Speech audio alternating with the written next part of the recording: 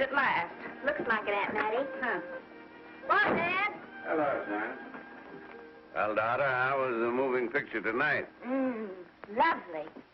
Mice, that's what it was. Just a lot of mice. There wasn't anybody killed in the whole thing. No, well, then I'll stick to these. These don't talk. And that big cluck Norman Maine was in the picture tonight.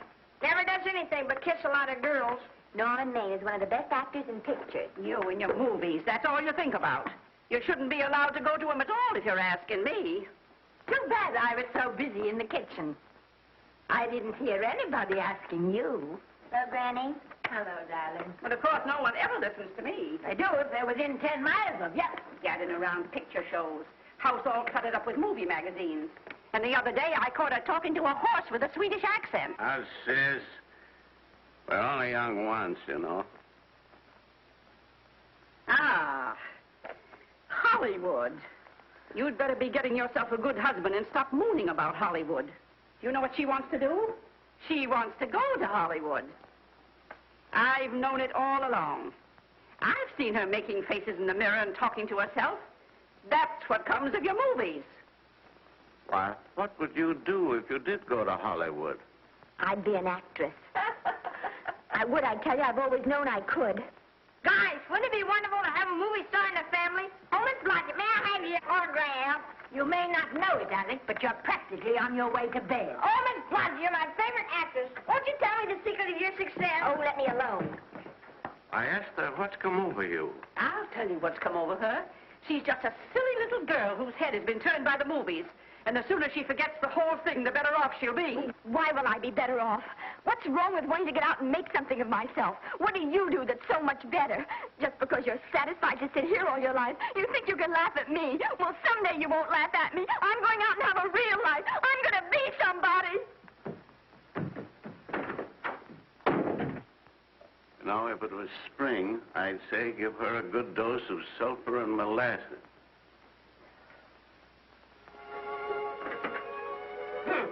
I thought I'd find you.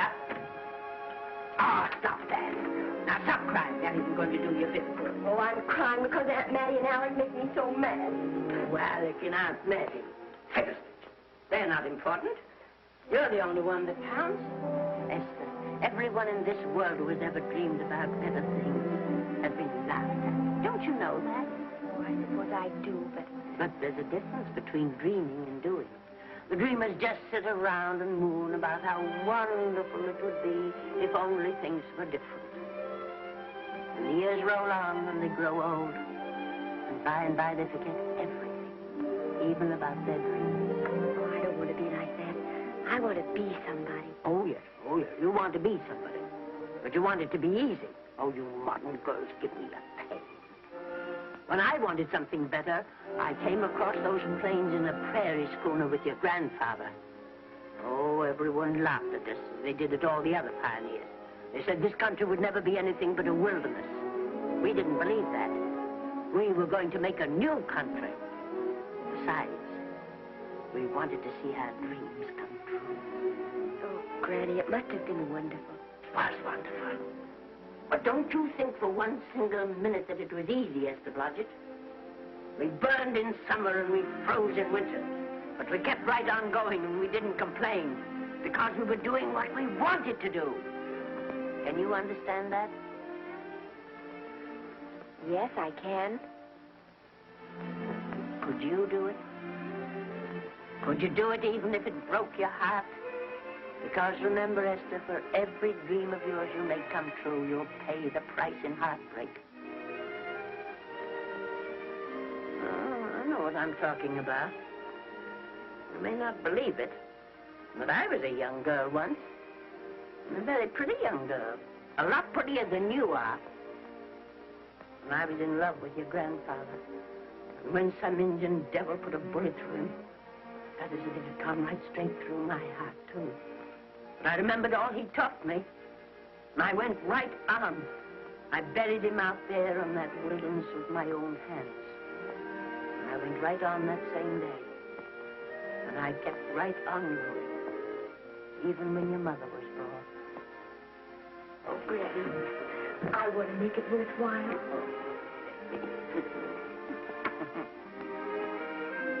You know, Esther, there'll always be a wilderness to conquer.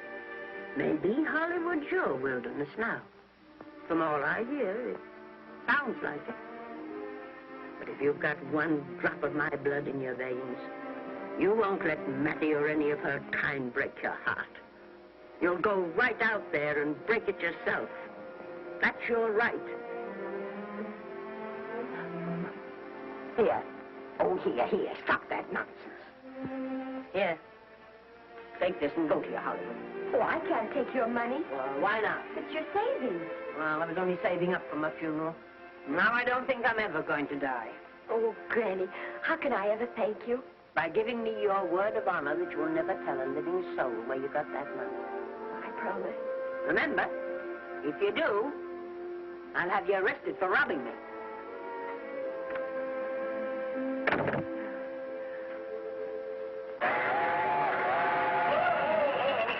Here we are.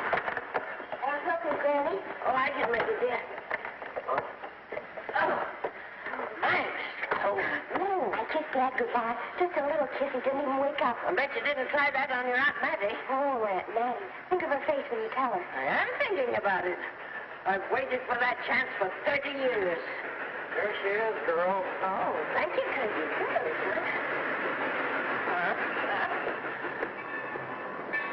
Well, come on. Here's your prairie schooner.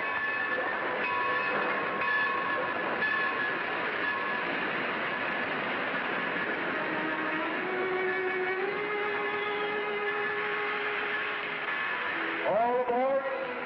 Oh, Granny. Go on. Goodbye, Granny. Goodbye. I'll be waiting for you in those movie pictures. Don't tell Maddie. You know, my eyes are not as good as they used to be, but my ears are all right. So you remember, talk up good and loud. All aboard. Bye. Bye. Bye, Granny. Bye.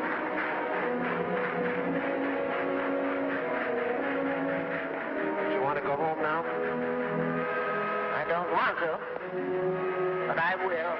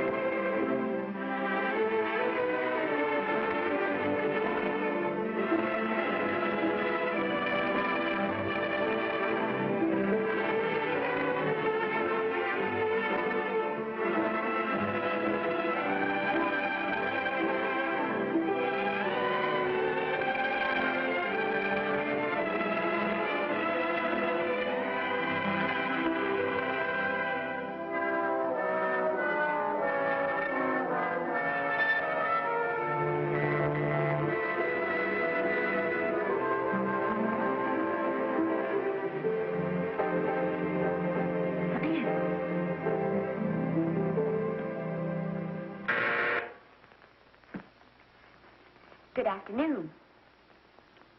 Day, week, or month? Well, it's a little hard to say. You see, I'm going into the movies. Well, you better take it for a week. It'll break your jump to Beverly Hills. Are all the studios really near here? All except Gaynor British. I suppose the best way to get a job is to go straight to the studios, isn't it? Mm-hmm. I haven't any illusions, you know. I'm perfectly willing to begin with a little bit of a part, or even as an extra. $6, please, in advance. Oh.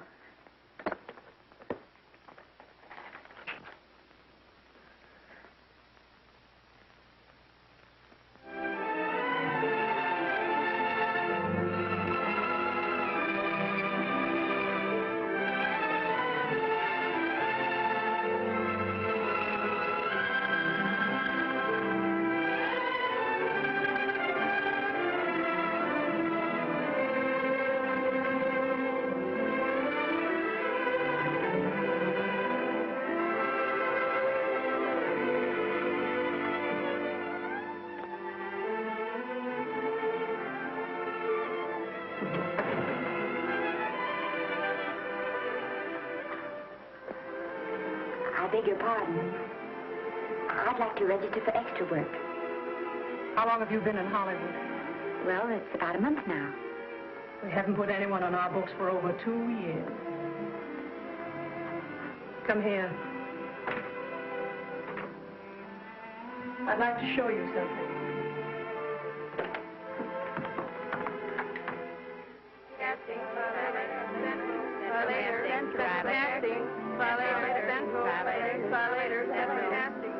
Every time you see one of those little lights flash, it's somebody asking for a job. Every time you hear them say, try later, it means there isn't any job. You can't keep the girls at the switchboard long. They go crazy. Every one of those little lights thought it was going to be a star. Still want to go in the movies?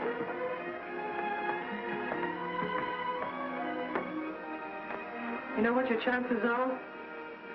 1 in 100,000.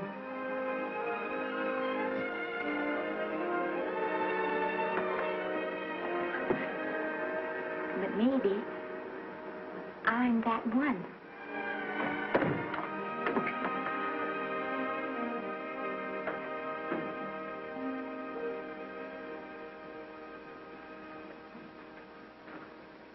Any phone calls for me, Mr. Randall? Oh, no. Jesse Lasky and Sammy Goldwyn must be writing letters instead. How's the luck today? And there wasn't any. Maybe you don't go at it in the right way. Now take Danny McGuire here. He knows the ropes. Don't you, Danny? Sure, I've had him around my neck for years. Huh? What? Oh, Miss Blodgett. Danny McGuire, our new tenant. How do you do? Mr. McGuire is a big director. Oh, are you really? Oh, could you possibly use me in a picture, Mr. McGuire? Of course, I haven't had much experience, but I don't think that really matters if you're willing. And I Now really listen, feel that... lady. In the first place, I'm not a director. I'm an assistant director. In the second place, if I had any jobs to give away, I'd confer one on myself. And in the third place, you should have stayed back home in the first place.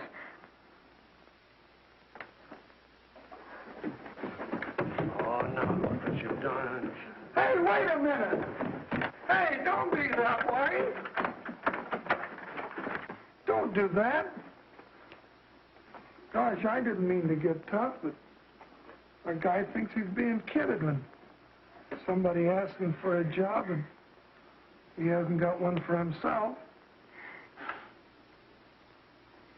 After all, I'm not a big enough shot to hurt your feelings. I'm sorry.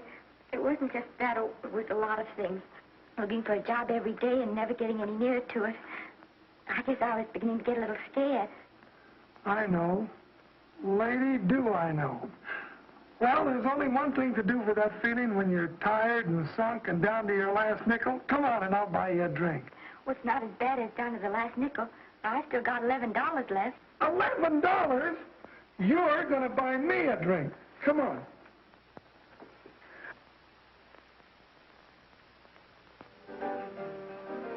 That's right, George. There's nothing like a little rum to take away that milk flavor.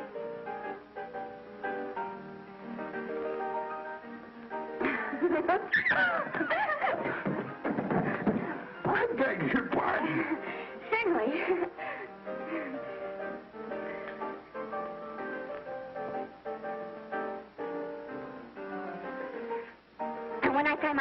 first thing I'm going to do is see that you direct every picture I'm in. That's my pal. Of course, I'm going to be perfectly nice about it, but I'll just insist. Now, that's the way to talk. Don't let them lick you. Oh, I should say they can't lick me. If they try anything like that, why... I just won't sigh.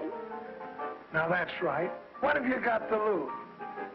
Another one of these and we'll open our own studio.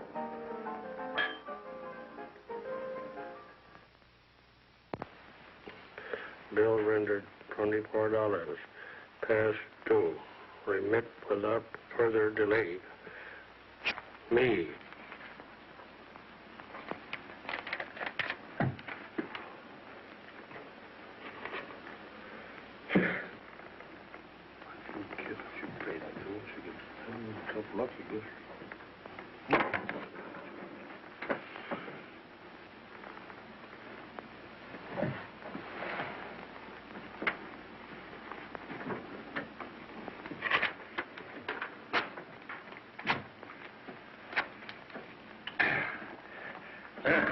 Fifth race.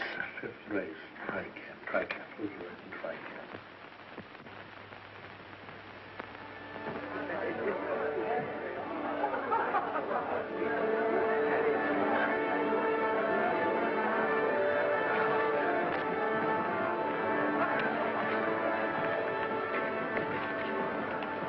Hey, the program's going to be swell tonight.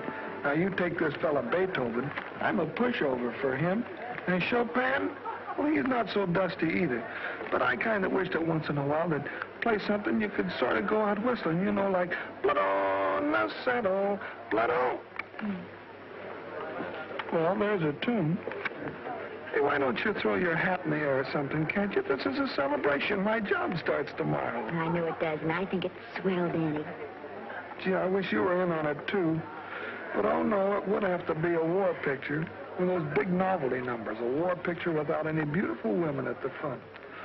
Oh, well, something will happen soon. Maybe. Why don't you go home, kid? Oh, Danny, I can't do that. I came here, and I've got to stay. Well, now, if it's on account of money, I can... Oh, thanks. You've given me enough already. Anyhow, this is no time to be worrying. This is a party. Look at all the people. Everybody in the world. Look. That's me and Maine.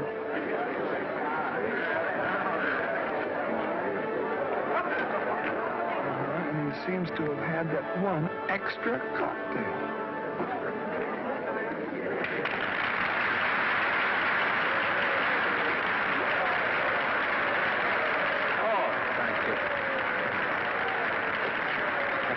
Sit down, you dope. That's for the orchestra leader.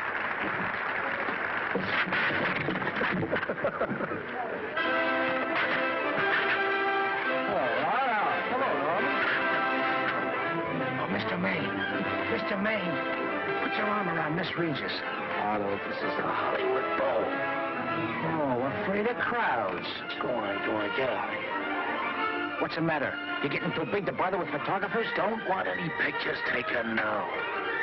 Oh, is that so? Well, supposing I take it anyway. Well, shove that brownie number 2 of yours down your throat. Thank you, Mr. Maine.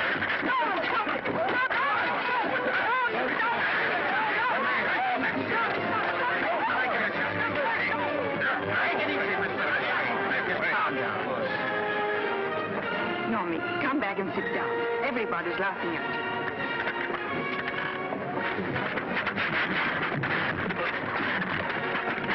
All right. Hi, Norman.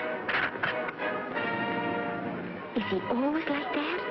Well, I suppose he has to sleep sometime. Oh, and he's so wonderful on the screen.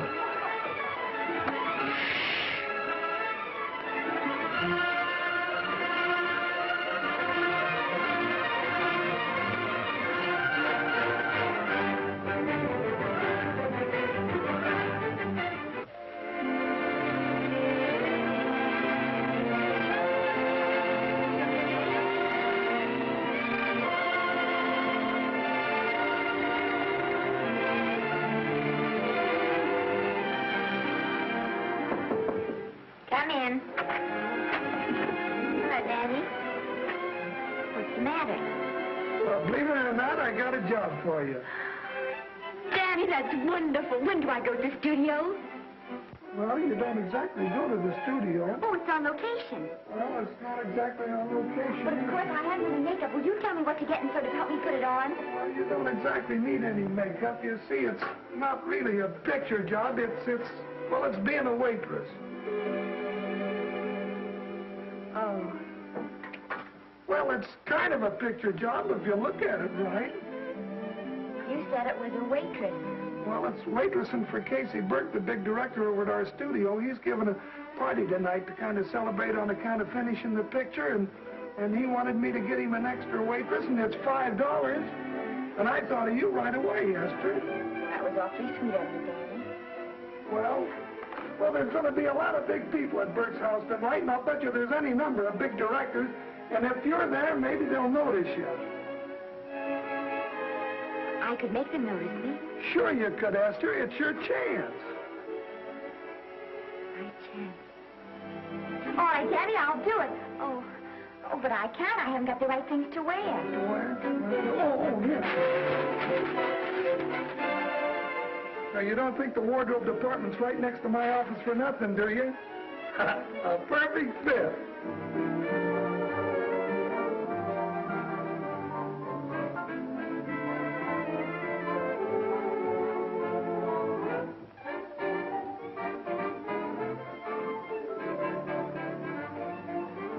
Did you get to the preview last night? I did. Would you like a little hors d'oeuvre? They are very nice. Oh, thanks. Well, what did you think of the picture? You should have saved it for Thanksgiving. What a turkey.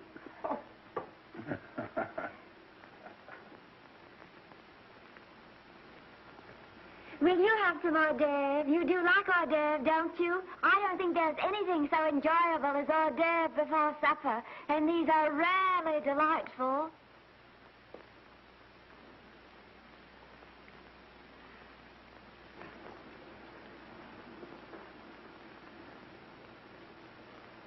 And at the finish, the kid turns around and sings the lullaby to its mother. Pardon the big boys, but would you like a little hors d'oeuvre? They say they're the best in town. Don't tell me. I know. Mae West. That's a great twist. But where are you going to find a 2-month-old baby that can sing? Hello, Oliver. Oh, hello, Casey. You want to fire me now? Wait till you see the picture. I'm not a director anymore. I'm a male nurse. What's the matter with the picture? A guy by the name of Norman Maine. His work is beginning to interfere with his drinking. Oliver, don't tell me I'm to direct his next picture, too. Mm-hmm. You were my favorite producer. Now, wait a minute. You just go right on with your directing. I'll take care of these stars. I know how to handle them. I had a serious talk with Norman after that Hollywood Bowl occurrence, and you don't have to worry any more about his behavior. Excuse me, Mr. Niles. Mr. Libby of your publicity department is on the telephone. He says it's most important, sir. It's about Mr. Maine. Thank you. Oh, it's probably just some little thing. Of course, Oliver. I'll turn on the radio and see if they've called out the National Guard yet. Hello, Libby. What's the good word? Mr. Norman Maine, America's Prince Charming, was apprehended driving an ambulance down Wilshire Boulevard with a siren going full blast. He explained he was a tree surgeon on a maternity case. Well, will it be in the papers? No, it won't be in the papers. But that's a nice, expensive hobby of yours, keeping Mr. Maine's informal entertainments out of the public press. Oh, that's fine work, Libby. Try and see that no one gets to Norman. He's probably home sleeping it off. All of them. Why can't you forget those dopes at the studio for one night? Business, business all the time. I don't know what's going to become of you. Norman, why didn't you call for me? I'll bite, darling. Why didn't I call for you? In case you've forgotten, I was supposed to come here with you. Oh, that's all right. I got here without any trouble. The only reason I don't slap your face. Yes, darling, I know. Hello, John. Oh, hello, man. What's the matter with Oliver? He looks as if he'd had bad news. Hello, Mary. What's the matter, old boy? Maybe I'm wrong. I guess I've been drinking too much lately. No, you have to cut it down. It's bad stuff. Scotch and soda.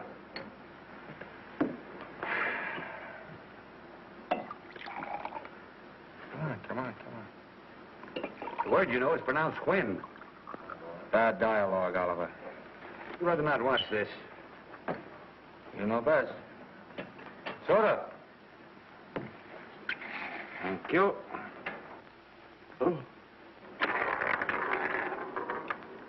Go ahead and say it. I've got it coming to you. Don't make it tougher on me, Norman. I don't want to stand here and preach, but take a look at my side of it. I'm trying to make pictures with you. I know. Costs are going up, and the grosses are going down. No, it isn't that. I've made lots of money with you, and I can afford to take a loss. But I hate to see you going the way of so many others. Why don't you get Lloyd's to insure you against me? You can't get insurance against a man forgetting who he is. You're a great star, Norman, but there's nobody so big that he can afford to have people refuse to work with him. Who doesn't want to work with me? You... Quiet. Listen, I know plenty of people who do. Yes, and so do I. But your real friends can't stand seeing you start to fall apart. What do you mean by that? The first signs are always the same. Not being able to remember your lines. Cameraman struggling to cover your hangovers. And all because you have to have a good time. Every day and every night. Listen, I've warned you for a long time. Okay, Oliver, you're a swell guy. You won't lose any money on me. I'll promise you that. I'll be ready for the curtains when the time comes. When it does, here's my epitaph. And now I think I'll, have a little drink. Scotch and soda.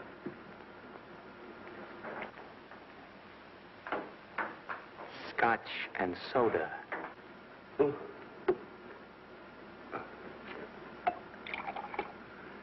Come on.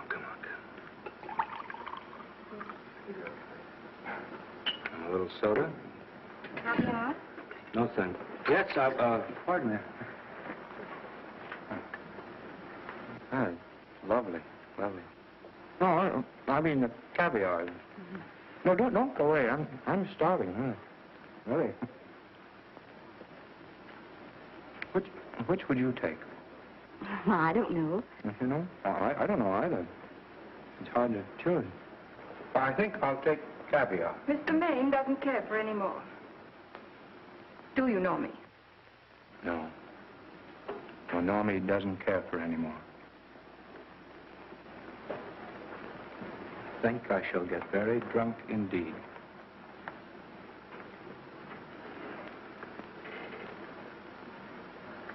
Scotch and soda.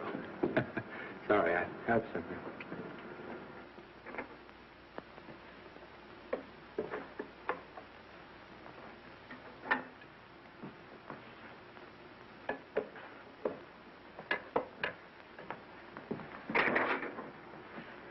Oh. Mind if I help?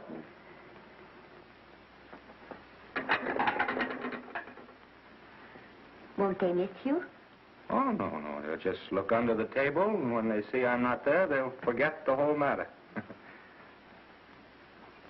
Hey, what's your name? Esther Blodgett. My name's May. I know. You do? Ah. What's so funny? I was just thinking about all your fans and how surprised they'd be to see you here helping me put plates away. Oh, they don't know my finer side. They'd be pretty envious of me, meeting you this way in person. Oh, you do? Well, tell me, are you disappointed? Yes. Oh, now you've done it. Oh, never mind that. That makes the room look lived in. Tell me, why are you disappointed? I was sitting behind you at the Hollywood Bowl the night you didn't want to be photographed. Yeah. I'm told I crept into many a heart that night. Oh, I can never explain this. You know, you have very pretty hair. You better get out of here. And a sensitive mouth. And a charming little Precisely why are you here instead of with the rest of the guests? I'm just trying to be helpful. I see. Are you sure there's no other attraction? Well, it might be that my old mania for putting plates away is coming back on me. It's rather odd. I always know where I can find you if there's a pretty girl around. It's not only odd, it's embarrassing. You're being deliberately insulting, Norman. I put up with this for long enough. Dear, don't lose your temper. Remember, we must try to keep the voice low. I know you'll excuse us if we go on with our work.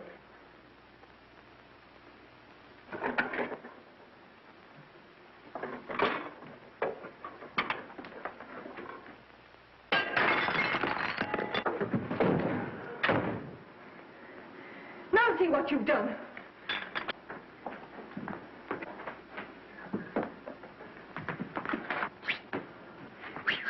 Come here. Help me up. Are you hurt? No more than usual. Come on, the wolves are on us. We got to get out of here. Oh, I can't. The dishes aren't finished. Oh, yes, they are.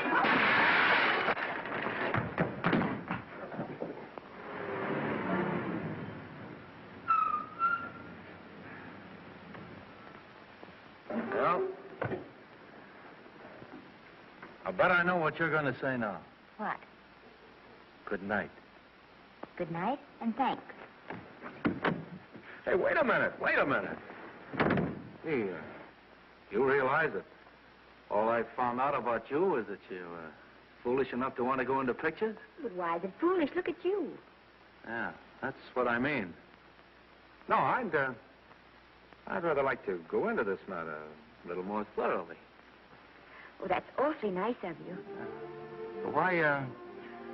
Why don't we go on up to my place and talk it over? Oh, no, thank you very much, but I really must say good night. Good night. But you're not angry. No. I'm hungry. Well, why don't you go and get something to eat? Good night, Miss Blodgett. Good night, Mr. Maine. Wait a minute. Peter, the least I can do is to see you to your door. Will I see you again? I hope so. Has anyone ever told you that you're lovely? Well, now you know. Thank you.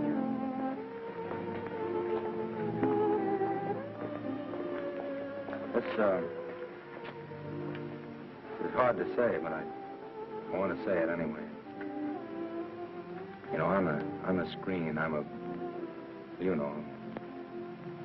private life, you know. But whatever I do, I still respect lovely things. And you're lovely. You understand? Yes, I think I do. And it isn't that bump on the head that's doing this. Well, I'm glad.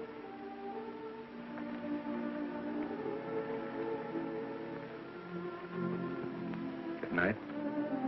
Good night.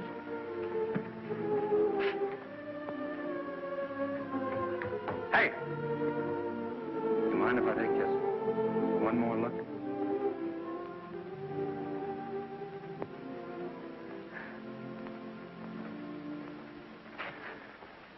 Go away. Quite impossible. I wouldn't even consider it. No.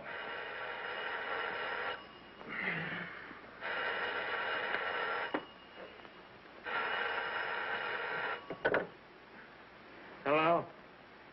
Who is it? Who? Norman? What have you done now? You're not in jail, are you? Oh. Yes, I see. Oh, it's that again. I see. She's beautiful.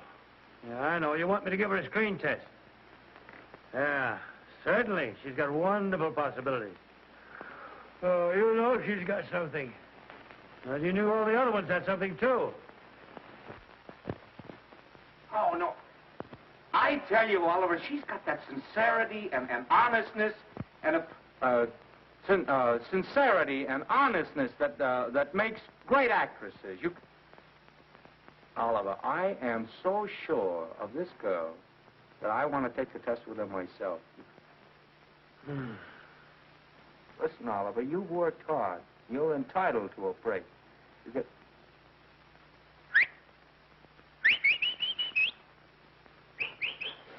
Yes, I heard you.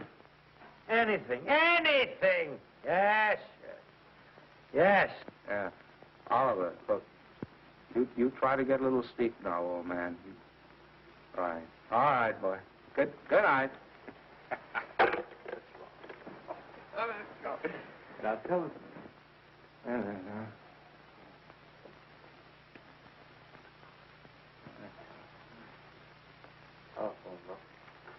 Telephone book.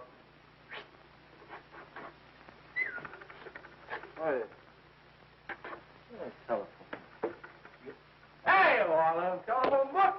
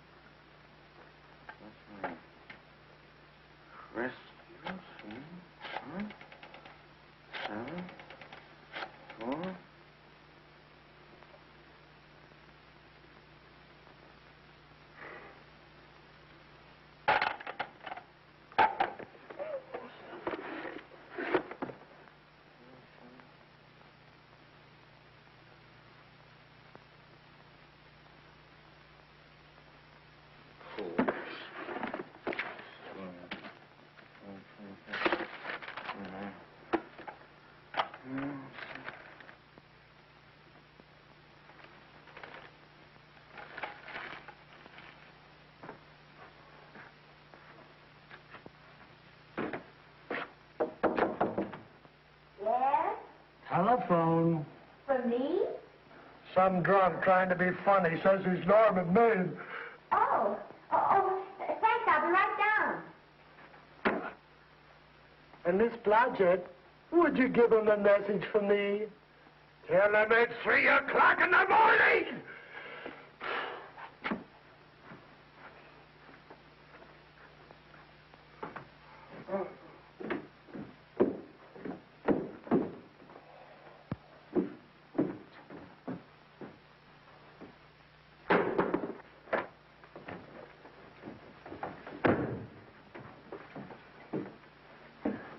Hello?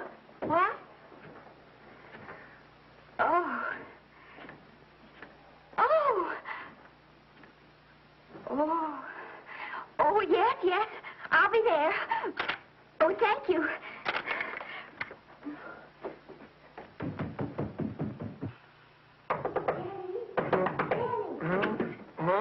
Daddy, what do you think? I'm going to take a test tomorrow, and Norman Main's helping me do it.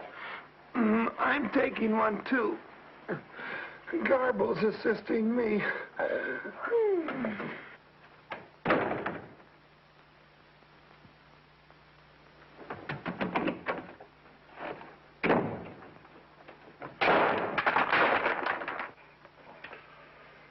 Oh.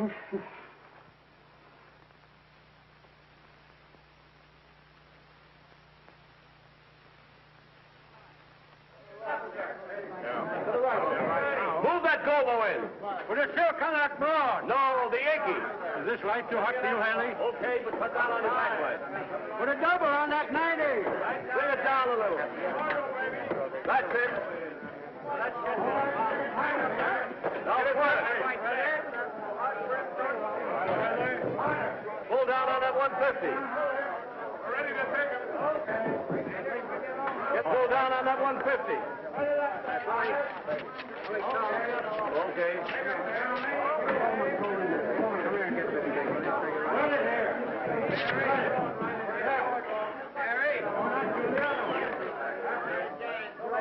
Bring me an apple box. Listen, gentlemen, please, if you don't mind.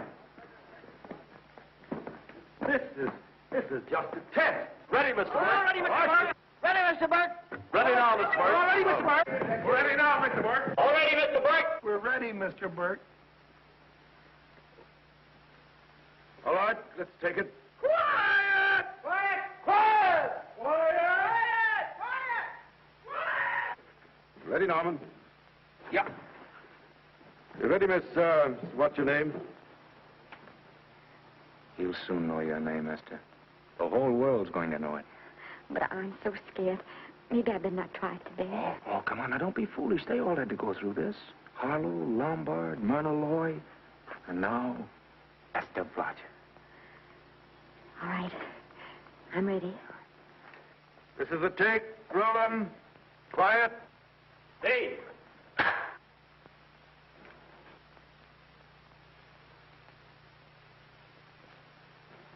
I may as well tell you that my whole organization thinks I've gone a little nuts to sign you. Well, maybe they're right. I've been nuts before. You see, all the experts seem to think that your type is a little mild for present-day taste. But I rather believe that tastes change, like eyebrows. And I think that also, like eyebrows, tastes are going back to the natural. You look like a nice girl. I think I'm going to like you.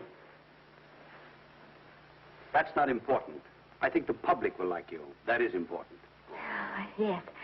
I see what you mean. I mean, I know it is. Only don't think it's going to be easy. Nothing you really want is ever given away free. You have to pay for it. And usually with your heart. Someone else told me that once. But you still have to work it out for yourself. Oh, well, all this is just a long way of saying, I'm glad you're with us and good luck to you. And now I'm going to turn you over to our demon press agent, Libby. Don't let him frighten you. He has a heart of gold, only harder.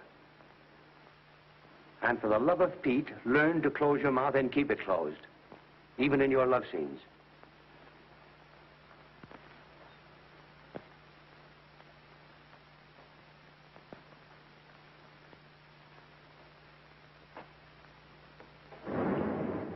Are you a Russian? No, I was born in Fillmore, North Dakota. Oh, no. First saw light of day in a mountain cabin, a trapper's hut, high up in the Rockies. Go on. Well, I always wanted to be an actress. Dreamed of footlights as Lonely Kitty. Are you sure there's no Russian in your family? Positive. That's a shame. Well, what does your father do? He's a farmer. Social registerite father. Fed up with hypocrisies of 400, sought wilderness for consolation. There, amidst the mountain flowers, he raised another blossom.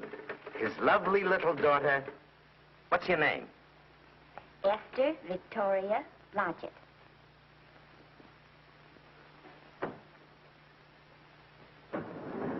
Greatly appreciating your attention in this matter, very truly. Do you know what her name is?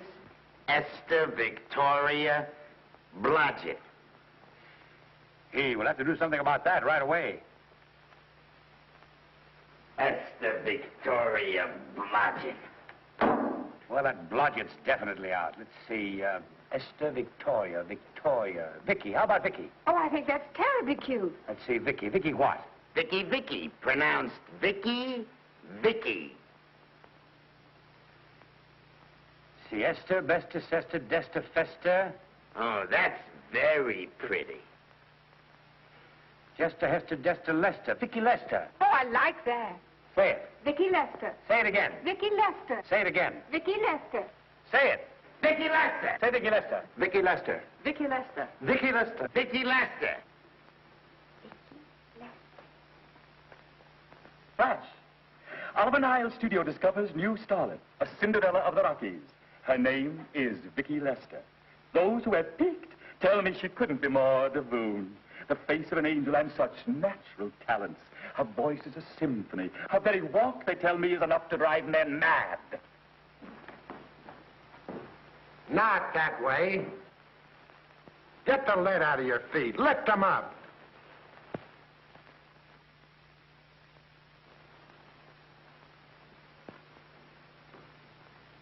That's better. It's terrible, but it's better. The quality of mercy is not strained. It droppeth as the gentle rain from heaven. Cease. Through the mouth, my child, through the mouth. The nose is for smelling roses. Proceed. Does she have to look surprised all the time?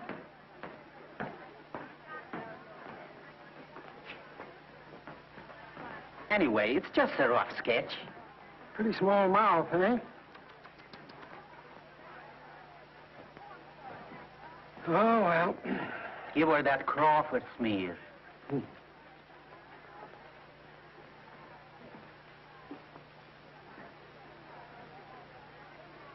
This'll give her that deeply... Yeah.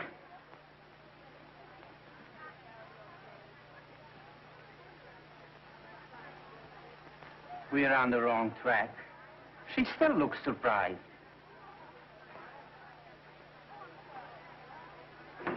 Listen, drunk people, we're shooting on the set this morning, not in the commissary. Now, come on, snap into it. Acme Trucking Company? No. Mr. Smith is not in.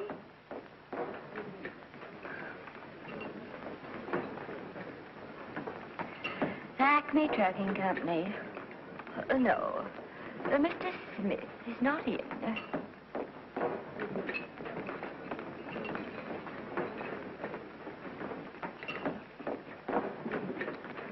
Good morning. What can I bring you, Mr. Maine? That just shows how long you've been here. Mabel, bless you. How soon are you and I going to be married, huh? I don't know. You'll have to ask my mother.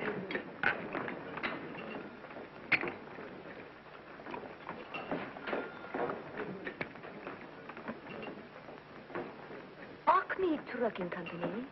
No, Mr. Smythe is not in. Acme Trucking Company? No, Mr. Smith is not in. Acme? No, Smith ain't in.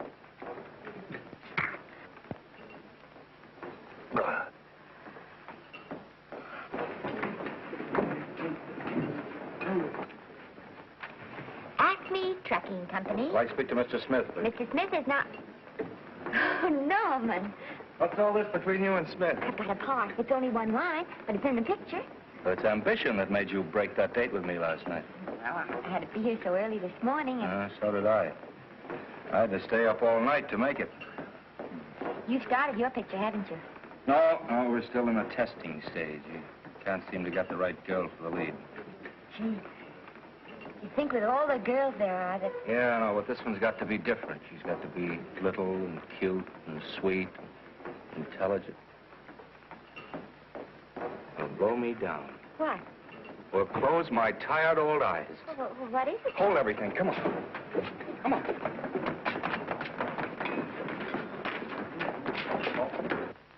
Had you been through the whole casting directory? I'll work day and night, Mr. Niles. And I'll work with her, Oliver. And I can be mean or nasty or anything you want, Mr. Niles. If she clicks, Oliver, you've got a star overnight. Okay.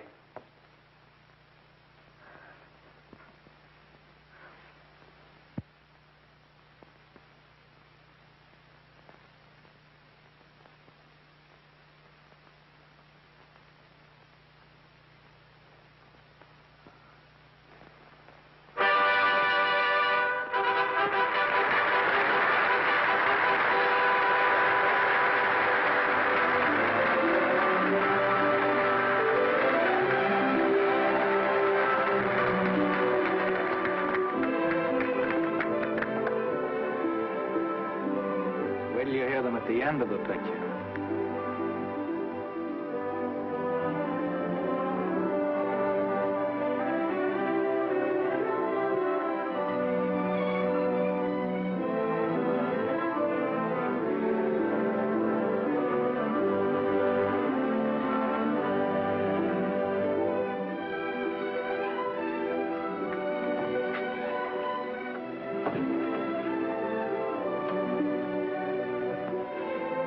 Do you think we were noticed? By no one. They're much too busy playing at croquet.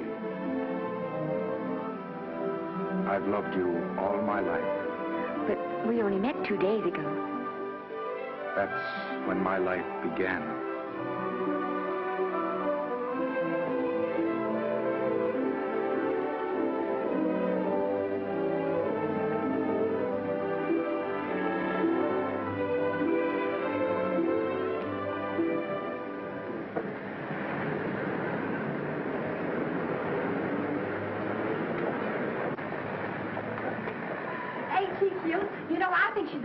hope I am, don't you? I think she's sweet. Well, it's Vicki Lester's picture, all right. I think she was much better than he was. These producers are so horribly down. They won't know how good she is. Well, maybe it's because she's a good girl. No, Maine's not so bad, but it's Vicki Lester they'll go to see. Isn't she, darling? I think she's the most precious little thing I've ever seen. The knockout, Libby. You might mention that when you write your review. That Lester kid's a gold mine. Didn't you like Norman Maine? Was he in it? Libby, I'm afraid we have another hit. Huh? It's in the bag, neatly tied up with beautiful pink ribbons. Say, where are Norman and Vicki? I don't know. I thought you had them. I wish they'd come. We're having a party at the Trocadero. Isn't it thrilling running away from people? Norman, it's so exciting, So new. A star is born. Come on, run.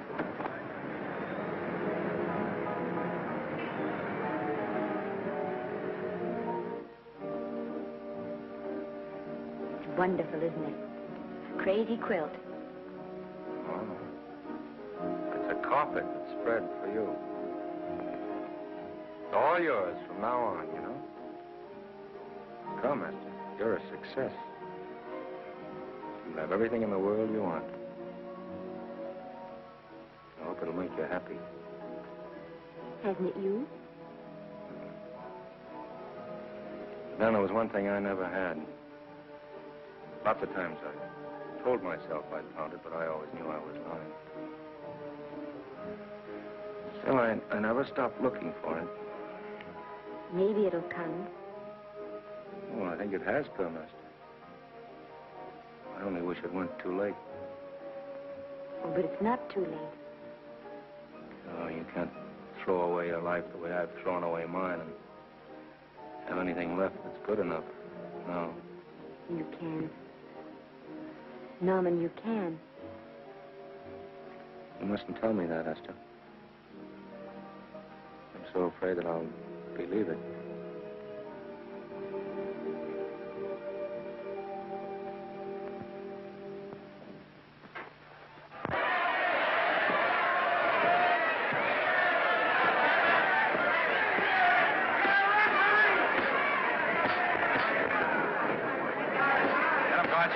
Shoot your right. Swell, isn't it? Lovely. What spot you get? Can't you hear me, Gotcha? Shoot your right.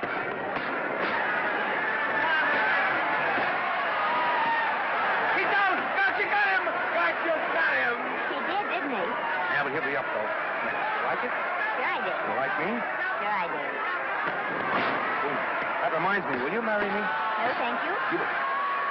Come on, Gotcha, finish him. Why won't you marry me? Wasn't that dependable? Hey, shoot your right. Throw away your money? Break him up in there. Break him up. Drink so much. Well, suppose I quit drinking. Yes? Come on, Gotcha, shoot the right in there, the right. Suppose I save my money. Yes? There he goes. Let him have it. Suppose I became absolutely dependable on all occasions. Yes?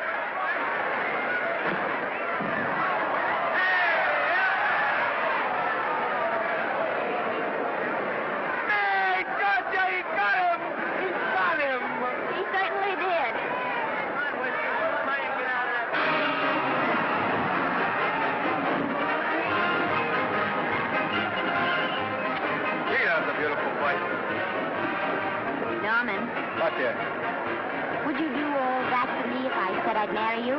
No, certainly not. I was just supposing. We're going to be married. Guess I didn't read that line right. I'll try it again. We are going to be married. Both of us. Yeah, to each other. What do you think of that? Well, when? Where? Well, we thought we'd elope in the conventional manner. What's the matter? It's trying to decide whether it's good for the studio. Is it? It is. And bless you, my children. When's it going to happen? Oh, we thought we'd just sneak out sometime.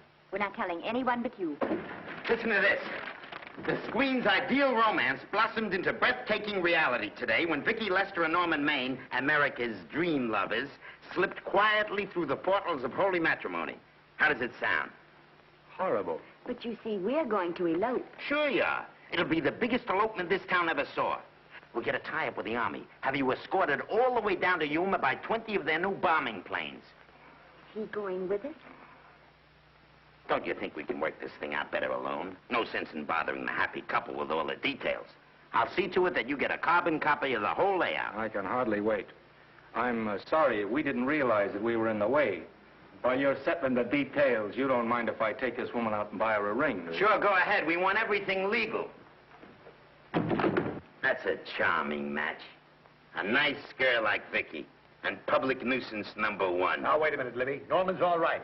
And if you'll pardon my pointing, Vicky's business is her own. It doesn't require any comments. I wasn't making any comments. I just said it was a rotten shame. So go ahead and plan the elopement. Oh, that elopement stuff is out. You can't get any scope in that. We're going to have a wedding. Where'll we have it? Customary place, I believe, is a church. Nah, it's been done. This has got to be something big. The beach. I can visualize it. The bridesmaids in bathing suits. 20,000 Santa Monica school children spelling out the word love. It's a novelty, but is it big enough? Why not the city hall? A police escort of every motorcycle cop in town. Sirens screaming, confetti pouring out of buildings like the Lindbergh reception in New York, only on a big scale. What's the matter? Isn't it big enough? And now if any man can show just cause why these two may not be lawfully joined together, let him now speak or else hereafter forever hold his peace. Do you, Alfred Henkel, take this woman as your lawful wedded wife? Will you love, comfort, honor, and keep her in sickness and health as long as you both shall live? I will. Do you, I beg your pardon. Do you, Esther Blodgett, take this man as your lawful wedded husband? Will you obey, serve, love, honor, and keep him in sickness and health as long as you both shall live? I will. Place the ring on her finger. Hurry, please. Now, by virtues of the power invested in me as Justice of the Peace of San Bardo Township, County of Los Angeles, I pronounce you man and wife.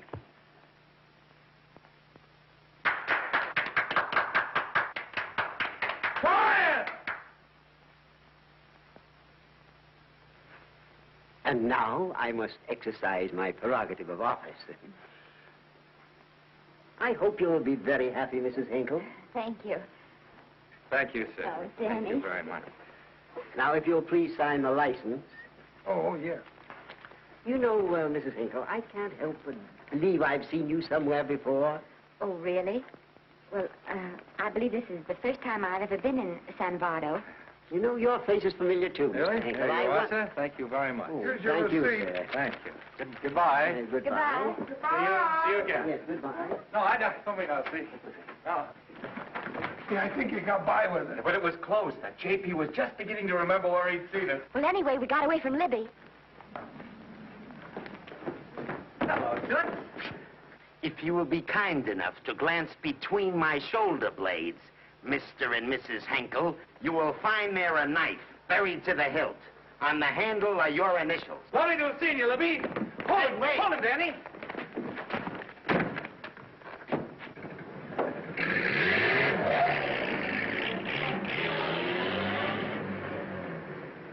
There go a couple of rats I raised from mice. Well, they got a right to get married, haven't they? I haven't got any right to double-cross the public, and I haven't done it yet. Hey!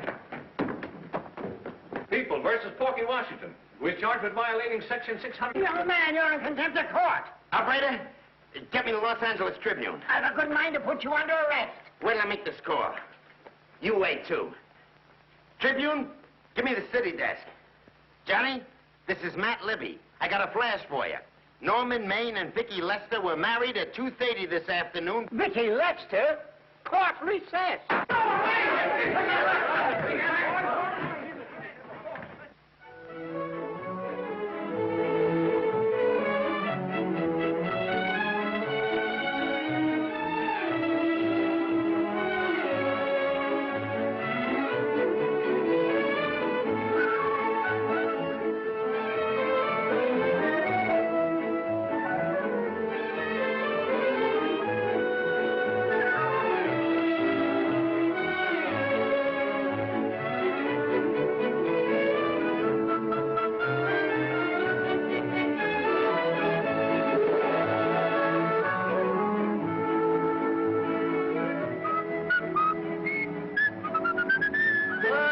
me a horse, a great big horse, a great big buckaroo, and let me wahoo, wahoo, wahoo!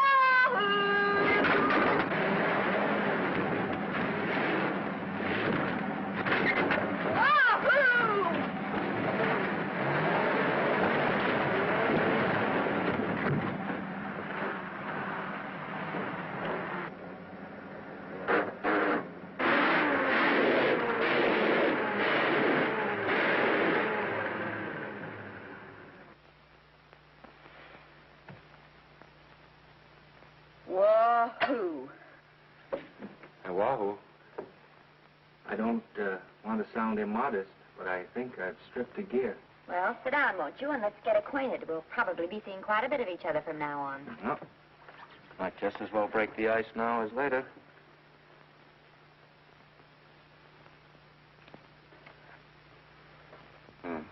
Now we're old friends.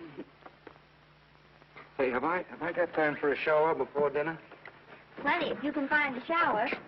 I never can remember where that thing is. Does it pull out or slide under? Here, I think I can find it. Nope, it's the linen closet. Here it is.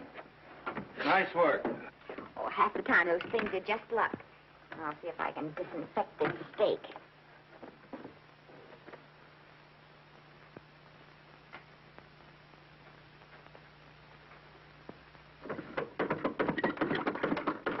Yeah, Esther, there's no soap.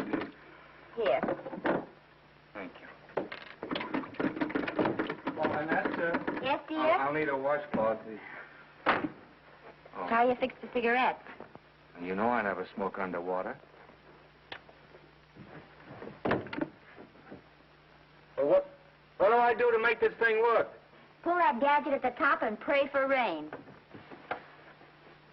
Well, I can't reach it. I can't get my hands up. If you've gone in there with your arms down, you'll never get your bath.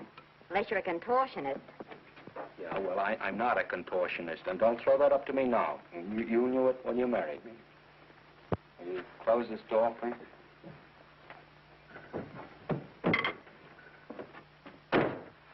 Thank you.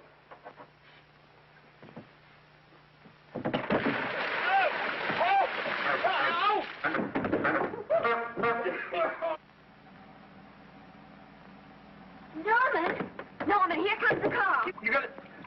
Huh? Here, quick. Quick what? Quick, go out and stop them and ask for help. Oh, I'll catch cold. Oh, you'll get warm again. Yeah, don't, dear. They'll recognize me. Now, you keep your face down. Go on. There may not be another car for a week. What?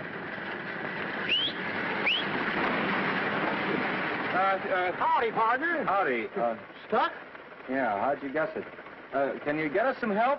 Well, I reckon not. You know, it's a long way to town. We're pretty busy down at the place. Well, I got to get out of here. I've got my wife with me. Don't she like the country? No, and we're short of food. There's a lot of game in them woods. You know, well, my wife can't shoot. Well, you're sure up against it. Sorry I can't do anything for you. Well, wait, listen, I'll be frank with you. I'm Norman Maine. Who? Norman Maine. Well, my name is Judd Baker.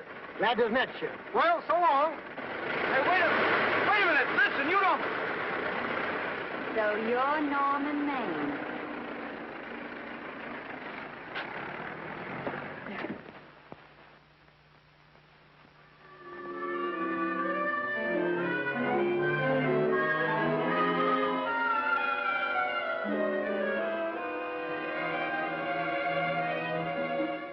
I got my prestige to look out for. I'm supposed to be the best publicity man in the racket. And they laughed themselves sick when I even tried to get a decent mention of Maine. Yes, I know how sensitive you are, Libby, and I don't like to see your feelings hurt. Thanks, boss. Now, Vicky, there's a dish for free space. But if Maine swam across the Pacific, the papers would keep it a secret. Well, the exhibitors don't like him, the critics don't like him, the public don't like him, and I don't like him. Who likes him?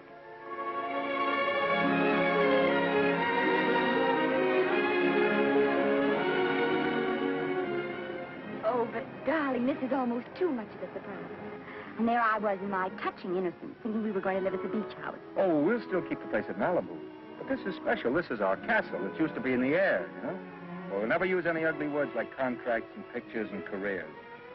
When we come in those gates, we'll check the studio outside. Come on, I got another little surprise for you.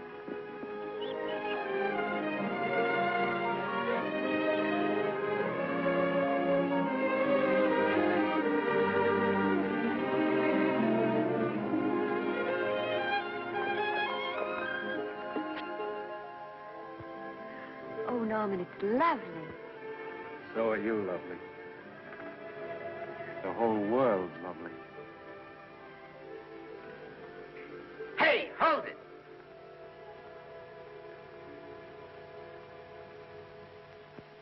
That's it. Caption: their honeymoon never ends. All right, let's get some pictures. Now, if the bride will sit here and the groom stand behind her, we'll have something unique. Now let's go after something different. You sit down and she'll stand up. Pretty radical, isn't it? Yeah, but in a nice way. Okay, Otto, fire. Caption: their honeymoon begins anew. Ah, the producer. Caption: their honeymoon ceases abruptly. Hello, Oliver, glad to see you. Oh, I'm glad you're back. Thank you. Vicky, how well you're looking. Hello, Oliver. Am I interrupting? Yes, thank you. Just want a couple more pictures. That's enough of both of them. What they're asking for is exclusives of Miss Lester. Alone. Oh, I see. Well, come on, Oliver, let you and me get exclusive. See you later, Vicky. But don't worry, Otto. My camera smashing days are over. They ain't your only days that are over. Oh, hold that, Miss Lester. Gorgeous. Well, Oliver, how's the dividend situation? Very pleasant. I think we'll show $2 million on the next quarter. Oh, smart move of mine to sell my stock, eh? Oh, well, when you need money, you need it. Well, some people save up for just such an event. There's bound to be a rainy day occasionally. Yeah, but as a citizen of California, I've always refused to admit that. Yes, I know, but still it does rain. Well, anyway, you can thank me for some of those dividends of yours. Mm-hmm. Oh, can't you? Oh, sure. That was a little too quick, Oliver. Matter, the Enchanted Hour was a smash hit, wasn't it? Well, it made Vicky a star overnight. Yes, it should have. What about me? Oh, let's talk about business at the office, Norman. Beautiful pool you have here. Beautiful. Oh, now let's talk about it here. Didn't they like me? Well, maybe the pot wasn't just right. It was the best part of the year. Look, Oliver. You think I'm slipping? Can you take it? Yeah, go ahead. The tense is wrong. You're not slipping. You've slipped. Oh, my fan mail's still big. Norman. Fans will write to anybody for a photograph. It only costs 3 cents for a stamp, and that makes photographs cheaper than wallpaper. But every 25 cents they pay for a theater ticket buys them the right to be a critic. And your last few performances, Norman, have not pleased your critics.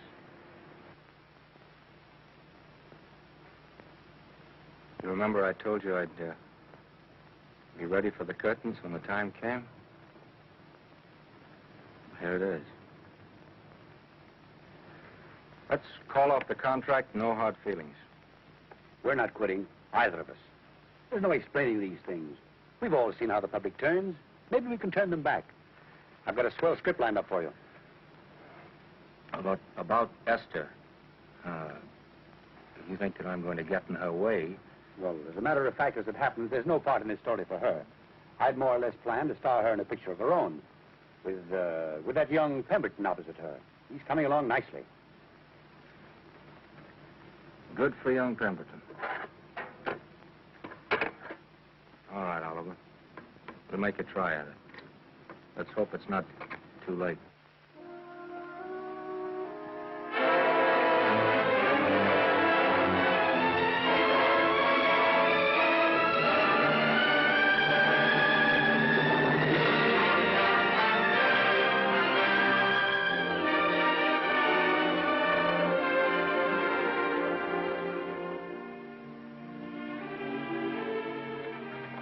No argument.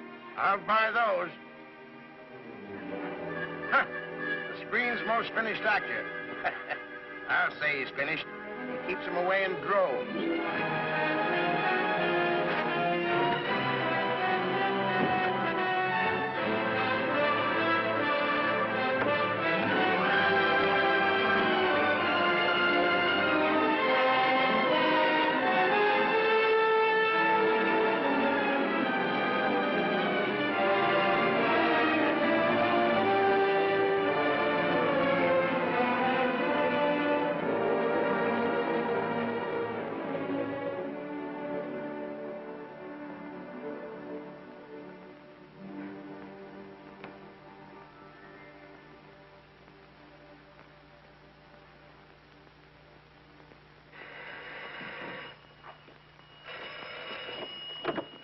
Hello? No, Miss Lester isn't home as yet. No, I'm not the butler. But I can take a message just as well as he can, honest. Oh, is that you, Norman? Swell. Listen, Norman, this is Artie Carver. Hiya, kid. Swell. Say, I hear you're through with Oliver Niles. Is that on the level? Please, Artie, I'm not news anymore. Forget it. Say, what kind of a settlement did you make on your contract? Give me a figure so I can do a story on it. There was no money involved. We just called it quits. Okay, I'll fill in my own figure. Say, by the way, I've been trying to get an interview with Vicky for 2 weeks, but she's always busy. How about you giving an old pal a break by speaking to her for me? Sure, I'll ask her. Swell. So long.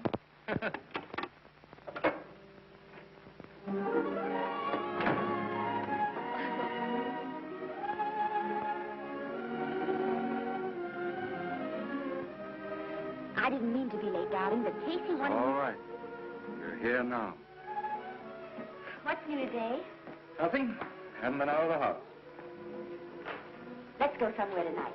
No. You're tired. We'll stay in. I'm not tired, really. Oh, yes, you are. You've got a hard day ahead of you. Anyway, I see so little of you, I'd like to have you to myself. Oh, but it's a servant's night out. We haven't any... Yes, we have. I fixed a little snack with my own lily white hands. I'm learning to cook in my spare time. Then I think I'll marry you. I get it. You want to make an honest cook of me. Comes in on wheels in this joint.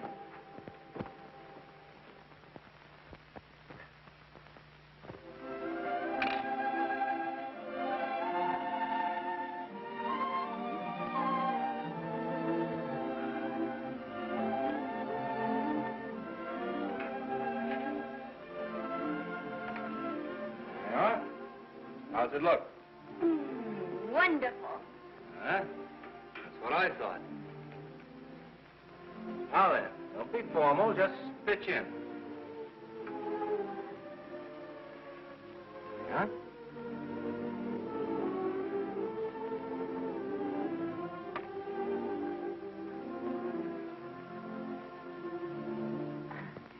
I'm afraid my mouth's not quite big enough.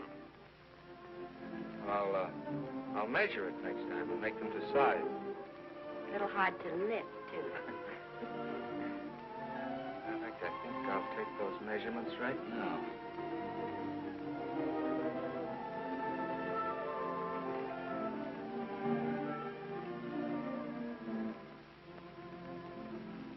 That's what I wait for. All day.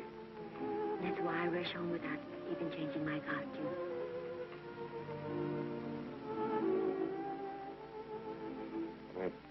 We're forgetting that we're hungry. Would you like a sandwich? Thank you. I still have a little work on this one.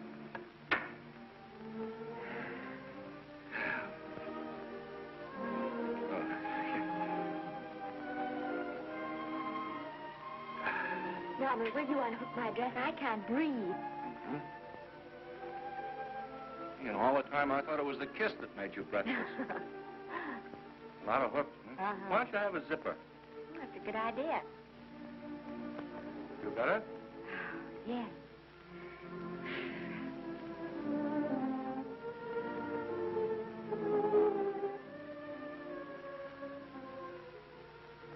Don't look now, but I think that guy on your left is in love with you. I hope so.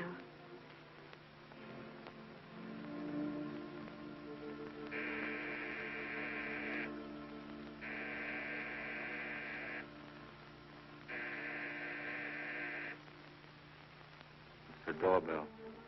Is it? Maybe they'll go away. Oh, they never do at a time like this. Here. Just a minute, dear. I'll be right back.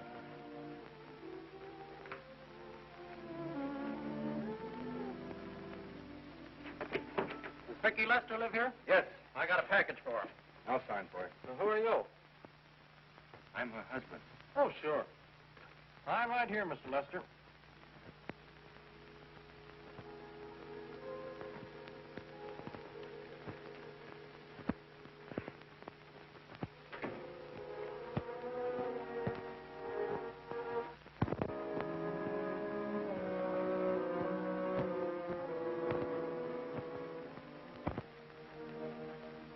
Package for you. Oh, by the way, I forgot to tell you, they want you for a benefit at the Shrine Auditorium next Wednesday night. I told them I'd ask you. And, Oh, darling, I don't want to hear about that now. Well, you better wait till I finish before I forget them all. The Academy dinner secretary phoned. She wants to know if you want a table reserved for you. Oh, yes, Artie Carver called and asked if I'd use my influence with you to get him an interview. I told him I'd try. That was all, I think.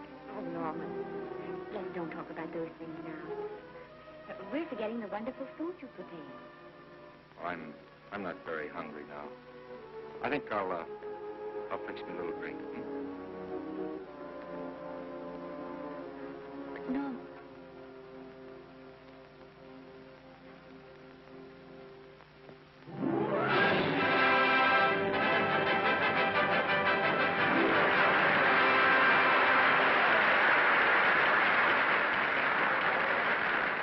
Norman would come. Stop worrying. And think how nice that statuette is going to look on your mantelpiece. Do you suppose anything's happened to him? But of course not. He's just been held up in traffic. You think about that statuette.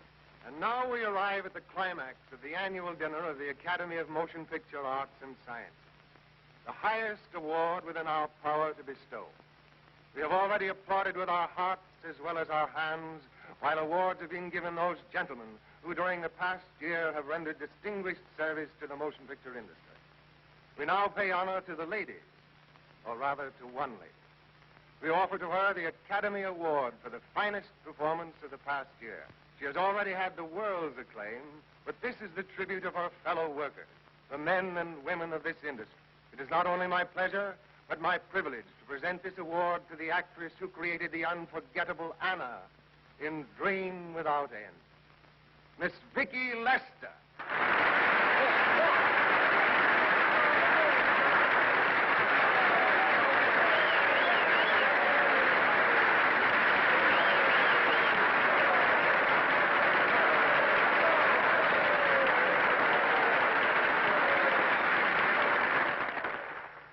What more can we say, Miss Lester?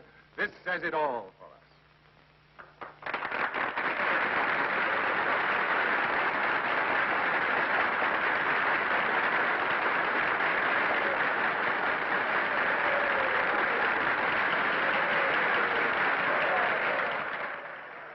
Ladies and gentlemen, when something like this happens to you, and you try to tell how you feel about it, you find that out of all the words in the world, there are only two that really mean anything. Thank you. All I can do is to say them to you from my heart. All I can do is to keep on saying them. Hey, that's fine. All the thing. That's a very pretty speech, my dear. Very pretty. You said the right thing. I want to be the very first one to congratulate you on that valuable little piece of bric-a-brac. Now I want to make a speech. Gentlemen of the Academy and fellow suckers, I got one of those once for a best performance. They don't mean a thing. People get them every year. What I want's a special award, something nobody else can get. I want a statue for the worst performance of the year. In fact, I want 3 statues for the 3 worst performances of the year, because I've earned them. And every single one of you that saw those last masterpieces of mine knows that I've earned them. Libby, start the music. What I'm here to find out is, do I get them or do I get them? Now answer yes or no.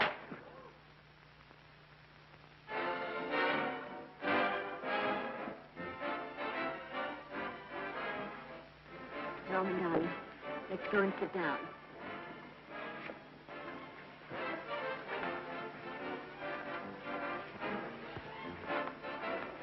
Come on, Norman, sit to that. That's for you, Norman.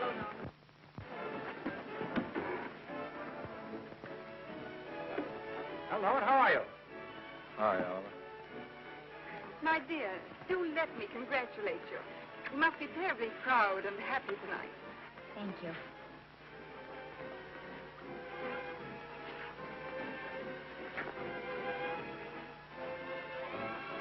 Somebody give me a drink.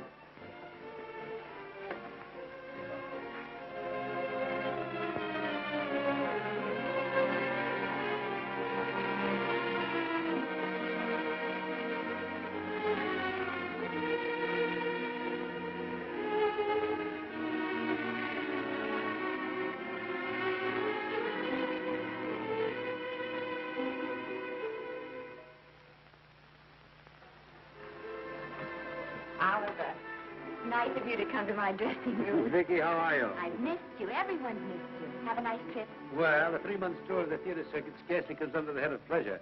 But the way they're screaming for your pictures all over the country. Miss Lester, if I may talk shop, you are a knockout. Thank you. It's good to hear that. You've been crying. A little. How's Norman?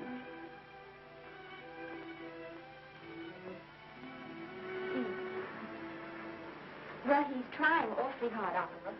Letting Norman leave this studio was the hardest thing I ever did. There was nothing else I could do. I know. Has he been... Is he all right? He's gone to a sanitarium. He really wants to stop drinking. And I think he could only... Well, perhaps if he could start working again, it would be some encouragement. Oh, Oliver, could you do that? Oh, thank you. But he mustn't ever know I told you. He won't know, and you mustn't worry. I want you to keep up your good work in this picture. I'll try, Oliver. That's the one thing I can do for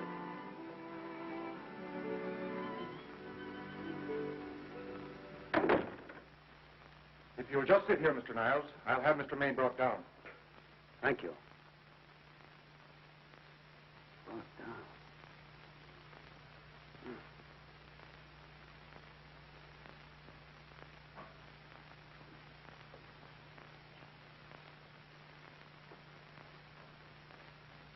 Hello, Oliver. Welcome to Liberty Hall. Hello, Norman. Well, no, Mr. Niles isn't slipping me a case of scotch, Cuddles. This is just a handshake. This is Cuddles, Oliver, my social secretary. We go everywhere together. How are you feeling, Norman? Fine. Getting along remarkably well, Cuddles tells me. He says you ought to see some of the boys. Let's sit down. Yeah. Cuddles, we really don't need you. Touching, isn't it? Can't bear to have me out of his sight. Are you comfortable here, Norman? Comfortable. It's positively luxurious. They even have iron bars in the windows to keep out the draft. How much longer are you going to be here? Oh, well, I'm really cured now. I'm just staying on for an extra week or two to get in good shape, you know. After all, there's no particular hurry to return to the cameras. That's what I wanted to talk to you about. I've got a script with a fine part for you in it. Oliver, that's great. That's great. Who plays opposite me? Well, it is not exactly the lead. Young Pemberton's doing that. But I tell you frankly, I consider your part better than the lead. Oh, I see. It's better than the lead. Well, of course, it isn't terribly long. But it's one of those parts that makes an impression on you. They'll be thinking about you all through the picture. Mm-hmm. Well, the thing is, Oliver, I'm pretty well set at another studio. I'm not at liberty at the moment to tell you which one. You know yourself how those things are. Of course. But it's a big picture. It's one of the biggest of the year. And the part. Every actor in Hollywood would give his teeth to play. Well, that's fine, Norman. Naturally, that will tie you up for a while. But we won't get to this picture for some time. And perhaps, if you want to consider it for later on, well, I'll tell you, Oliver, you'd better not count on it. See, I've got several pictures lined up after this one, and they're talking to me about England. You know, they're doing some very interesting things over there, you know? Mm-hmm. Hey. What is it, Cuddles? Speak right out. We all love you. For dinner. Oh, here we dine at 5:30 here. Makes the nights longer. Well, goodbye, Norman. I'm glad to see you getting along so well. Be out in no time. I'll have to introduce myself all over to a lot of people. They won't know me when I'm not drinking. Goodbye. Goodbye, Norman. Thanks for dropping in. Well, Cuddles? Alone at last, eh?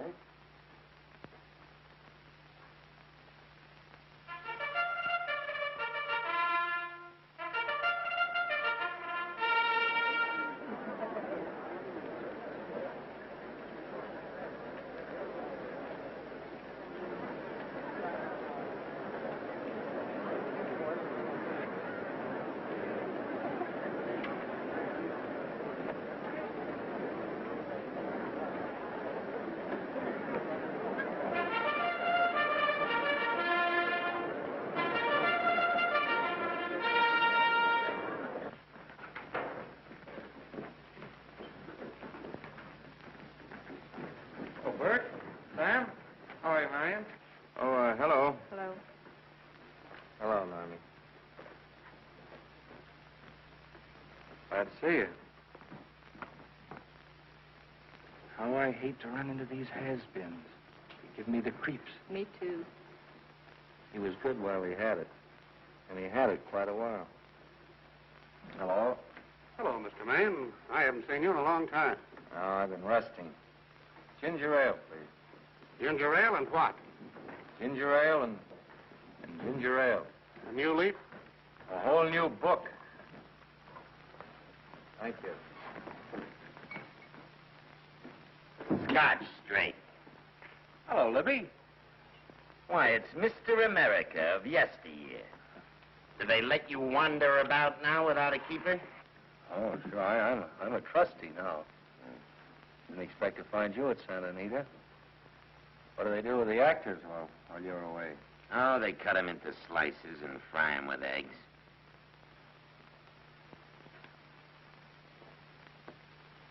I suppose you'll be here all the time, now that you've retired from the hurly-burly of the silver screen. Well, we're living down in Malibu now, and pretty lonesome with Esther away working all day. Well, I wouldn't squawk about that if I were you. It's nice to have somebody in the family making a living. Oh, wait a minute, Libby. I don't want to forget that we're friends. Friends, my eye. Say, listen, I got you out of jams because I had to. It was my job, not because I was your friend. I don't like you, and I never have liked you. Nothing made me happier than to see all those cute little pranks of yours finally catch up with you and land you on your celebrated face. Pretty work, Libby. Always wait till they're down, then kick 'em. I don't feel sorry for you. You fixed yourself nice and comfortable. You can live off your wife now. She'll buy you drinks and put up with you even though nobody else will. Wait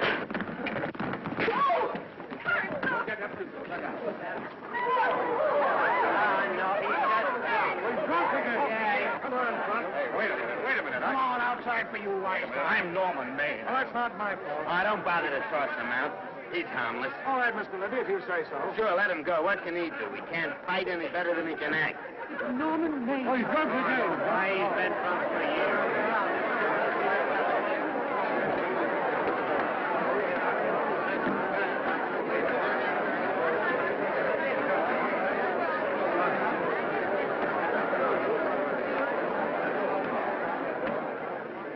Give me a scotch. Double. Leave the bottle here.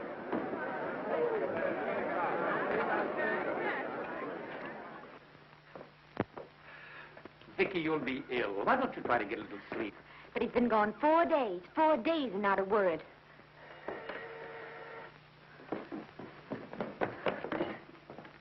Oliver, I can't. I just can't. Hello? No, this is Oliver Niles speaking. What? Where? Thank you. What is it? Nothing. Oliver, tell me. He's in the night court. He's been arrested on a drunk charge. Now, he's all right. He isn't hurt. I'm going right on and get him out. I'm going with you. Vicky, it isn't any place for you, and if it gets in the papers, What do there'll I care about the papers? I'm going with you.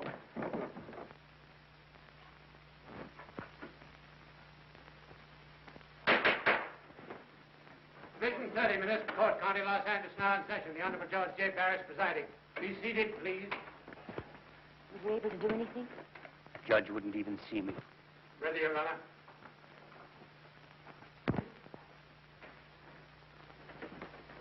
I want to advise you that you're entitled to be represented by counsel, to be confronted by the witnesses that may testify against you, to compel witnesses to attend on your behalf to a public and speedy trial by the court or by a jury, and the right to be admitted to bail. Call the first five. Gregory, Hale, Haynes, Rodriguez, come. Come on, boys, get over here. Go ahead. Move along. William Gregory. Yes. Plain drunk, picked up at 5th in town. Asleep in the gutter. 14 similar offenses in the past 6 months. Still at it, Gregory. How do you plead? I don't feel so bad. I didn't ask you how you feel. I asked you how you plead. Guilty, I guess. When did you get out the last time? Just before Christmas. Well, I'm sorry you'll have to miss New Year's. You'll be out in time for Washington's birthday, 60 days. Milton Rails. Plain drunk, picked up on Brooklyn Avenue, given treatment at receiving hospital, then removed to jail. How old are you, Rails? 17, sir. Did you take a good look at those men in the cell with you last night? Yes, sir.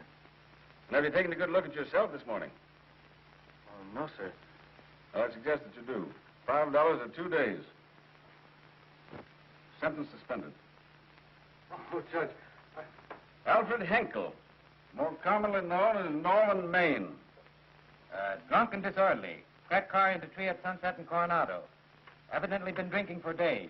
Resisted arrest and injured one of the arresting officers. How do you plead? Guilty.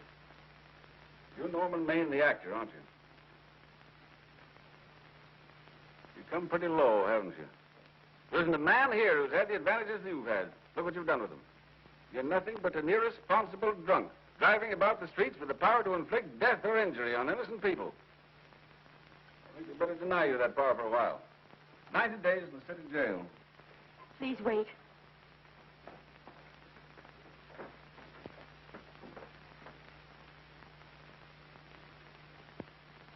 I'm his wife. Yes, I recognize you, Miss Lester. Please, Judge.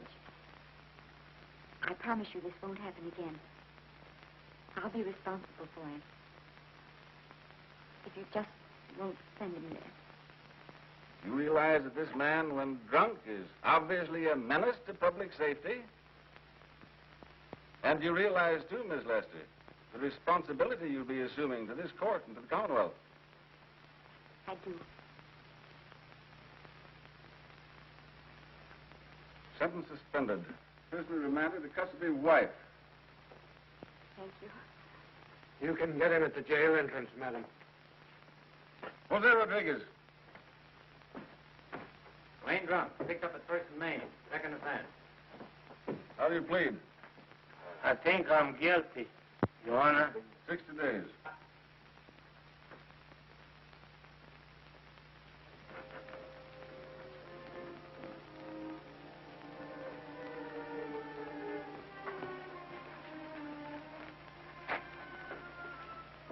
Yeah, I'm so tired. Hold it, Mr. Maine. Picture. Oh, no. What about a statement for the press? Oh, no, please.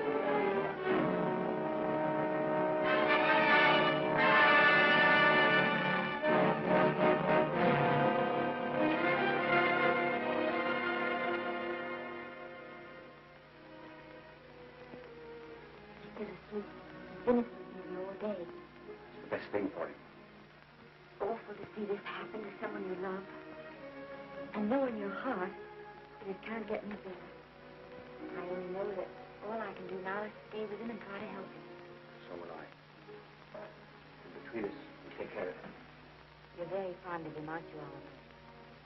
I'm very fond of both. Then I know you'll understand what I have to tell you. And after what happened last night, I think you already know what it is. I can't do any more pictures. I'm going away for good with Norman. You can't do that, Vicky. You're at the very peak of your success. And you've worked so hard to achieve it. That's what's been wrong. And I've thought it all out. Maybe if I hadn't been away from him so much, last night and what went before, it wouldn't have happened. I know it's too late to think about that now, but it may not be too late to go away with him and start over somewhere. It's your life you're giving up, Vicky. so I can try to give Norman back his. Can you honestly tell me I'm wrong to do it? No, Vicky. I can't honestly tell you that. Then there'll be no more Vicky Lester.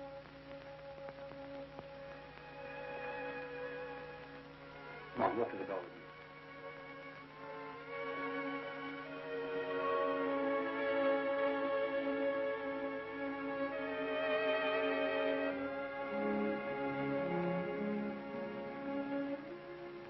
Goodbye, Vicky Lester. You were a grand girl. Good luck, Mrs. Norman Maine.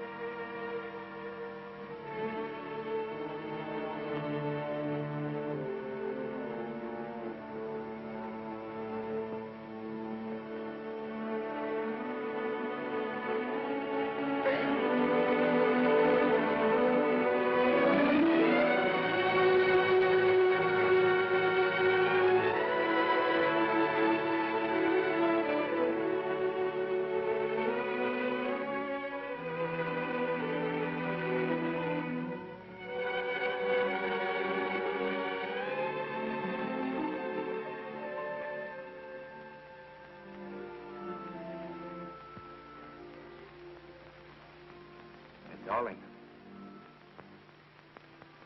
this is Maine coming in to apologize again. Oh, I'm sorry, dear, but it isn't you. What other troubles have you got? None. I was just playing a scene with myself. Now, look. I'm just coming out of the jitters, and you're just going into them. This is a swell household. Isn't it? I'll tell you what we'll do. I'll promise to brace up if you'll go on the wagon. I guess I have been drinking too much. You know what I'm going to do? I'm going to be an athlete. You mean with great big muscles and everything? Well, roughly speaking. Gonna join the YMCA? It costs too much. I'm going wading up in our front yard. No. Sure. Would you like me to go with you? Sure, if you'd like to. No, Miss, I don't think I will. It might spoil this beautiful, natural wave. Yeah, I guess that's right. But, darling, look, could you have a hot toddy, some hot soup for me when I come back? Some hot soup? And I'll make some of those nice sandwiches.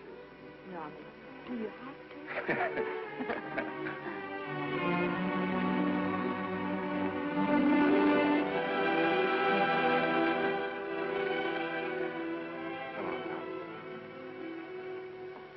I don't stay in too long.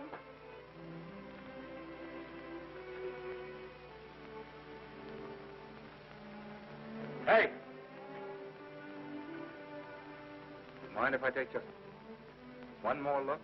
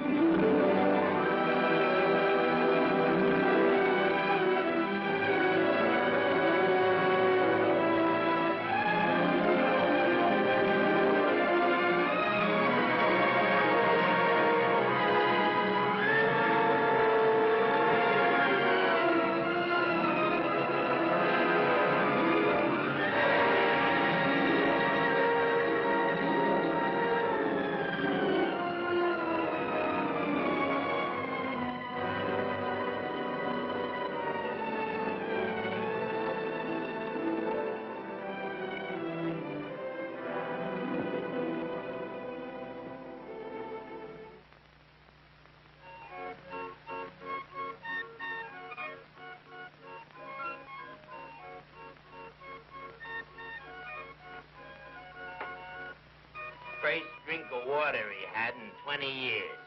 And then he had to get it by accident. Pardon.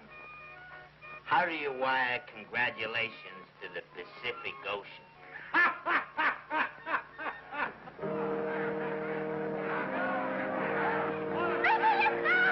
Oh, you can't see her face.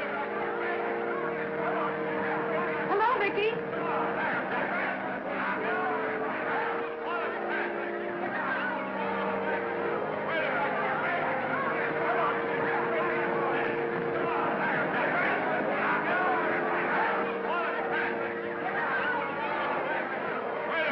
Can't you? Come on, Vicky, let's see your face. Vicky, will you sign my book for me like Mrs. Norman May? Don't you care, Vicky. You get over it.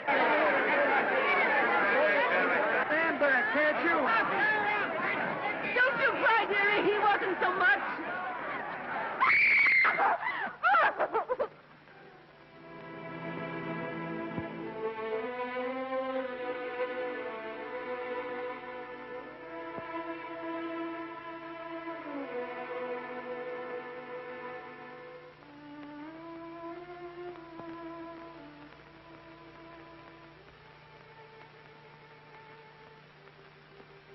Do you mind if I take one more look?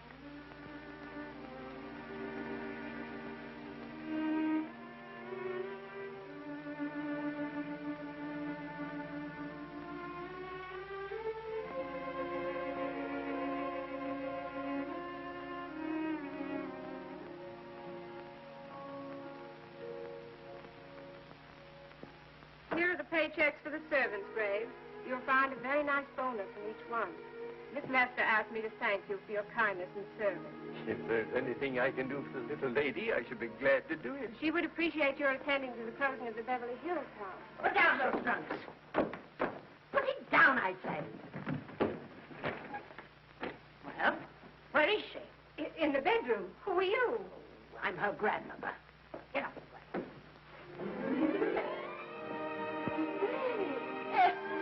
Granny, darling. Oh, I'm so glad to see you. What made you come? Oh, I know when I'm needed. Now get out of here. Go on. Get out of here, all of you. I want to talk to my granddaughter alone. I came just as quickly as I could, but I'm going home. I sent you a wire yesterday.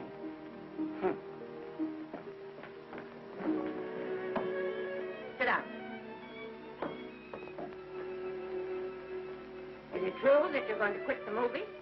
I never want to hear them again. What are you running away from, little girl? I'm not running away.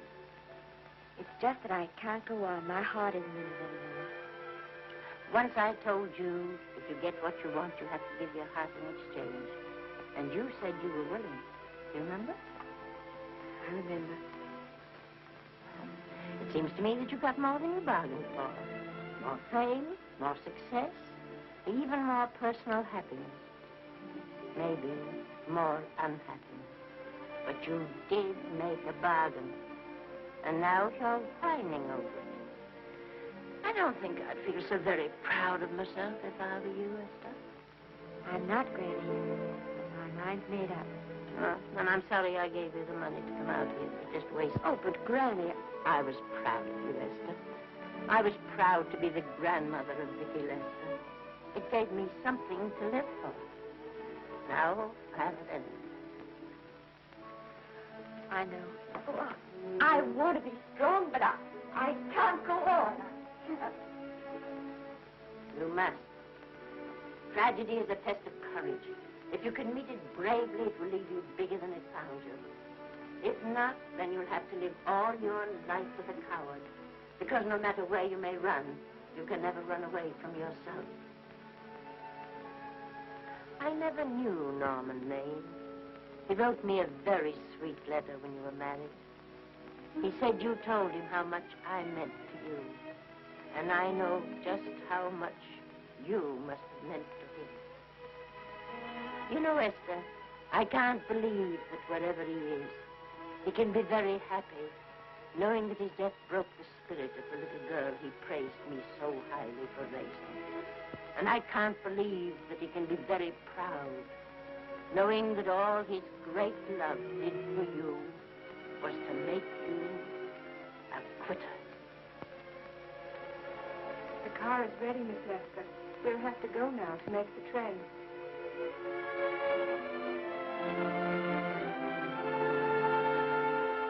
Put the car back in the garage.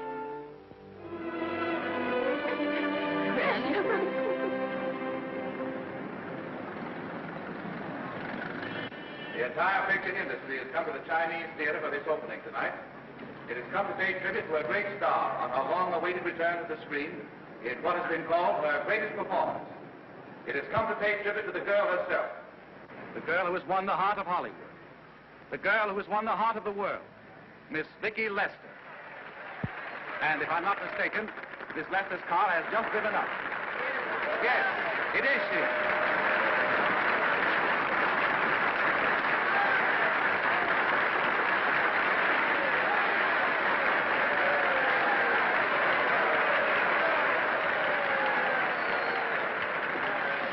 This doesn't scare you too much. I scare very slowly, young man. 6 o'clock, folks, please.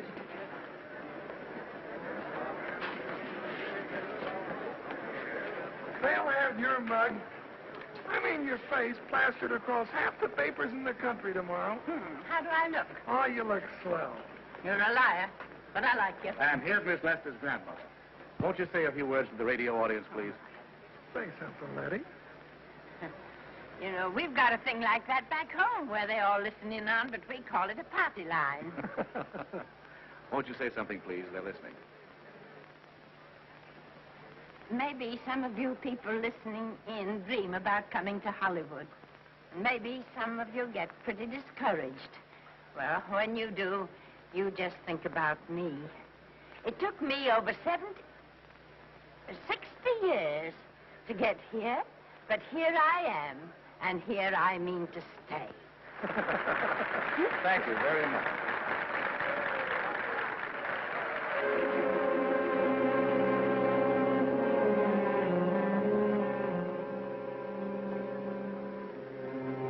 Miss Lester.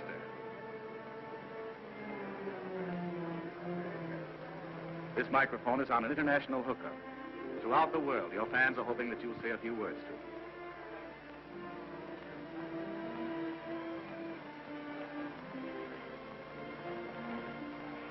Hello, everybody.